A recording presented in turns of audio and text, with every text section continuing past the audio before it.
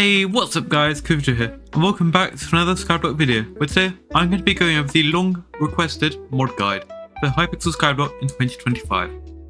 If you do go on to enjoy today's video and find it useful, then please make sure to like and subscribe, as well as joining the Discord for our 100 million coin giveaway. Join today to not miss out, and without further ado, let's get on with the video. So, what are mods?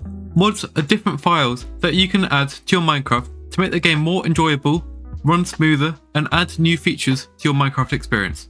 This is the same for Hypixel Skyblock, with different mods having different QL features. You can see some of them on screen here.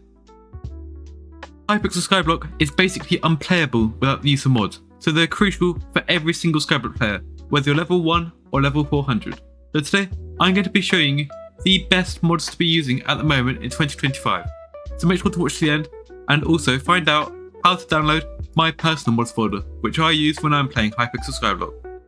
Let's also talk about how you can install all of these mods. To get these mods exactly as I have them, I'm going to be linking my mods folder. I'm going to be doing this through my Discord. So if you want to get the mods exactly as I use them, then join the Discord and go to the FAQ channel, where I'm going to be leaving a link to a Google Drive with my mods folder and config file. Simply add these to your .minecraft file, and then you should be pretty much good to go. I'm going to be leaving a more in-depth and detailed guide in the Discord, and also if you have any questions, feel free to ping me in the questions channel. I'm going to be going through every single mod that I use in alphabetical order, and going through the best features from each of them, and why you should be downloading them. So, stay tight, and watch the end of the video to find the best mod experience in Hypixel Skyblock. The first mod I'm going to be talking about in today's video is the Coflnet mod, and this is an absolute must-have for anyone who uses the auction house, which, unless you're an Iron Man, I'm guessing, is literally every single player in the game. So, let's see its features, what it does, and how to use it properly. If we look at this aspect of the void, for example, we can see that it's telling us a bit of data about the item and its auction house prices. It's telling us the lowest bin, the median, the volume, and the full craft cost. On this AOTV, for example, we can see that the lowest bin is about 28 million coins, and the median price, aka the average selling price, is 25.3 million coins. It has a volume of 16, which means it's got decent sales and sells fairly quickly, and the full craft cost of it is 24.09 million coins. We can also use this data when listing up items. I can't use this AOTV as it's cut ban. However, let's look at its Terminator, for example. We can see that the lowest bin is 1.28 billion coins, and also the median price is 846 million coins. On more expensive items, which sell less frequently, I wouldn't recommend looking at the median price, as it can often be quite deceptive. I know for a fact, and after also checking the Coflnet website, that this does sell at the lowest bin price, about 1.28 billion coins. Also, with the Coflnet mod, I highly recommend using the Coflnet website alongside it. Double check sales, as the mod can sometimes be a little bit inaccurate. So, we can see that if I was to list this Terminator up, I'd probably list it at about 1.27 billion coins. That's the cheapest on the price. If I was to list up this Terminator, I'd probably list it at about 1.27 billion coins, as then we'd be the cheapest on the market, as well as not undercutting too much to the point we're losing easy coins. So, there is the Coflnet mod and how to use it. The next mod in my mod list is Dulkir, and I use this for one thing and one thing only. We can access Dulkir by going to the /Dulkir command, and we can go to the animations feature. Enable the global toggle, and then we can change the size and speed of our weapons. For example, I can change my AOTV size, and any weapon I hold, I can make it as massive as I want. As you can see here, my item is now absolutely massive. This looks pretty silly, and also I'm swinging super fast. However, on the contrary, we can also make it as slow as we want. Let's make it not as slow as it can go, but pretty slow. Just like that. And look, this will remove the thing pretty much from the right hand side of your screen, making it look better, and also the swing looks pretty cool too. I'd highly recommend this as a small little QL feature if you want it, as it does look pretty cool and free up the bit of your screen, making your game look a bit nicer when you're playing it. The next mod we're going to be talking about is the NEU mod, which can be accessed by typing /NEU. The first thing I'm going to be going over is the skill overlays, which I believe are an incredibly useful tool, as this will show you whenever you're doing farming, fishing, mining, or pretty much any skill in the game, how much XP you need and how long it's going to take you to get to the next level. This is incredibly useful, as well as also things like the Slayer overlay, which will show you the similar thing for Slayers. It will also show you a storage overlay, which can be incredibly useful. Here you can see the storage overlay here, and it's quite cool, and you can see all of your items at once. I do highly recommend this mod. I also like features like the enchanting table solvers, which will help you enable solvers and make sure that you never ever misclick anything in the enchantment table or experimentation table. And this means you always have the max amount of goes and the biggest chance of getting the tier 7 enchants. Additionally, there's a custom enchanting table and hex GUI. Personally, I'm not a fan of this, however if you are a fan of this, this can definitely be something to look at for you.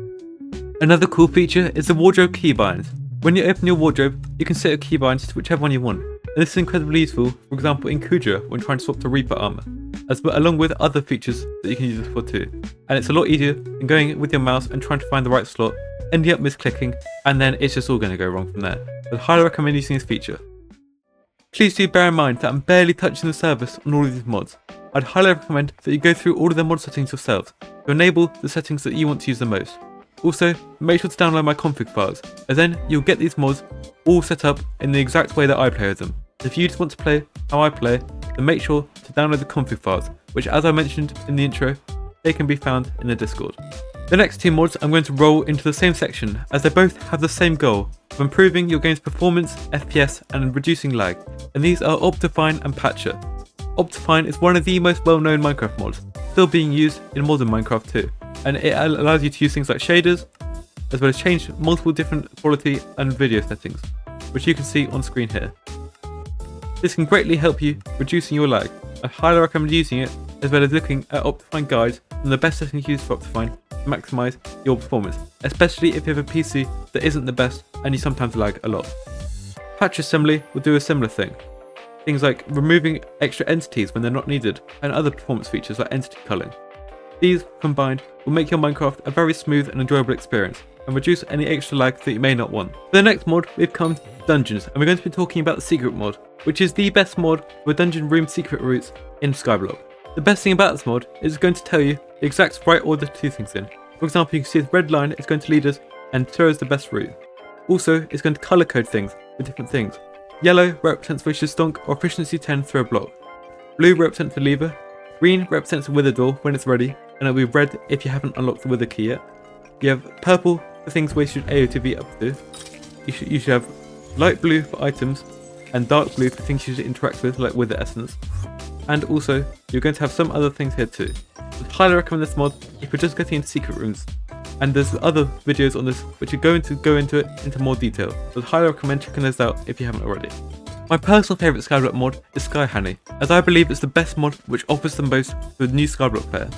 So, access it using /sh, and the first thing we're going to be talking about is the mining event tracker, which you can find here, and enabling it will show you, as you can see in the top left of my screen, when the next mining events are, and on what island.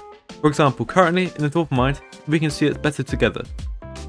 This is absolutely brilliant if you're trying to, for example, do a Dwarf Mines commission, or you need the raffle event, as when you see the raffle event in the top left, you can go straight to it and complete the commission, instead of having to ask friends, go and see the lobby for yourself, or waste time on doing these little things. You can just have it in the top left of your screen to remind you whenever you need to go to it. Additionally, if you're trying to do something like a powder grind, we can wait here and look and see when the 2x alert. Additionally, if you're trying to do something like the powder grind, where you're waiting for 2 times powder lobby to maximise your rates, you can wait until it says 2 times powder in the top left of your screen, and then you can go and finish up your 2 times powder lobby. Also, if you're trying to do something like the powder grind, you can wait until you have a 2 times powder lobby and then go to the Dwarven Mines or Crystal Hollows, depending on which powder you're going for, instead of having, again, to wait for the lobby to come up or your friends to notify you when the lobby opens. Another brilliant Skyhanni mod is the profit trackers it offers, for example for Slayers. As you can see, I'm currently in the Transfer Slayer area, and every single time that I'm killing a mob, it's going to add up the profit that we've got from these mobs. This is a brilliant feature, and it's not just Slayers that Skyhanni is trackers for. It also has things like trackers for the fossil excavator and other areas in the game, which can be incredibly useful. I'd highly recommend this if you haven't got it already. The reputation helper is also another brilliant feature, as well as the other helpers and solvers that Skyhanni offers. This will help you earn your reputation, be able to unlock things like Infernal Crimson and Infernal Kuvdra in the Crimson Isle. You also have things like the Matriarch helper and other brilliant helpers. I'd highly recommend Skyhanni. As I said before, I believe it's the best Skyblock mod. So now, on to the final mod of the video, and this is one that's the most customizable and possibly most useful, and it's ChatTriggers. ChatTriggers itself doesn't do too much, As you can see, we have all the settings for ChatTriggers here. For example, one ChatTriggers module is Better Map, and you can see the map in the top left of my screen. This is the very best Dungeons map. I'd highly recommend it to anyone who's playing Dungeons. We can also see we have things like coal weight, which is an incredibly useful mining mod, and you can see all the settings here. We have things like an alloy tracker, an NPC if you're playing Iron Man, so you can track your mining rates. You also have things like waypoints, stats, and also other things as well. It really is a brilliant mod, and you can do it by doing /ct import coal weight. Obviously, I've already got it, so I'm not going to need to import it. However, this is how you install different ChatTriggers modules, and it really is as easy as that. Another brilliant ChatTriggers module is Volk add-ons, which is incredibly useful for things like Kuvdra.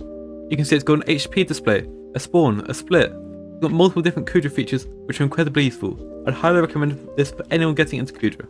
The final ChatTriggers module that I'm going to be going over is Skyblock O, and this is an incredibly useful mod for Diana. If we see here, you can see there's lots of different Diana features here, as well as also a specific Diana party finder, which you can find using /sbo party finder. Obviously it's empty at the moment as it's not Mayor Diana, however Minister Diana is coming in just about a day's time, so use this during Mayor Diana to easily find Diana parties. Also it's going to offer things like a Chimera tracker, how many mobs you have since the last Inquisitor, and multiple other things. For example, you can see them here. Since will show you my mob since Inquisitor, and for me it's 0, so I haven't actually done anything with this mod since I've installed it. The final mod / feature that I'm going to be going over is party commands. I've left this to last since it's available through multiple different mods. However, don't get me wrong, it's still one of the most useful mods in Skyblock. I'm going to be showing you how to do it through Skyhanni. However, there are multiple other things you can get it through, such as the Azure client, ChatTriggers module, as well as things like Volk add-ons, and also other things as well. However, I'm going to show you through Skyhanni. The Skyhanni is the most used mod. Type up party commands, and then you should enable all of these. You can also go to party command trust level and see which members you want to be able to use commands. For example, if you don't want anyone to be warping you randomly, then put it on no one. I have it like this since I stream with big parties. If someone starts warping people and starts transferring the party to themselves and things like that, then that's just going to go horribly wrong. However, if you're just in a dungeons party or on a party with a few of your friends, then definitely have it set to everyone. So, how should you be using this?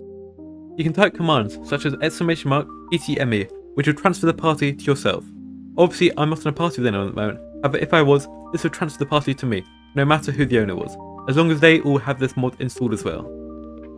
You can also do things like !F1, and this will take you straight into Dungeons floor, without needing to go to the Dungeons hub or type out the long command. This feature is incredibly useful, and I highly recommend it for anyone who does anything in a party. So, that's going to conclude today's guide on mods, and if you have any questions, feel free to let me know in the comments or alternatively in the Discord. Again, a reminder that you should be going through all of these mods yourself to customize them to your suiting, as not everyone is going to want the same features and not everyone is going to find them the most enjoyable. It also depends on your computer specs, as some features can be laggy too, so customize them and play around them to find the best settings for you. Make sure to join the Discord to see these mods and get them exactly how I play them, as well as also joining our 100 million coin giveaway which we're hosting at the moment. Please do feel free to like and subscribe if you did enjoy today's video and found it useful, and thank you all so much for watching. I'll catch you in the next one. Peace.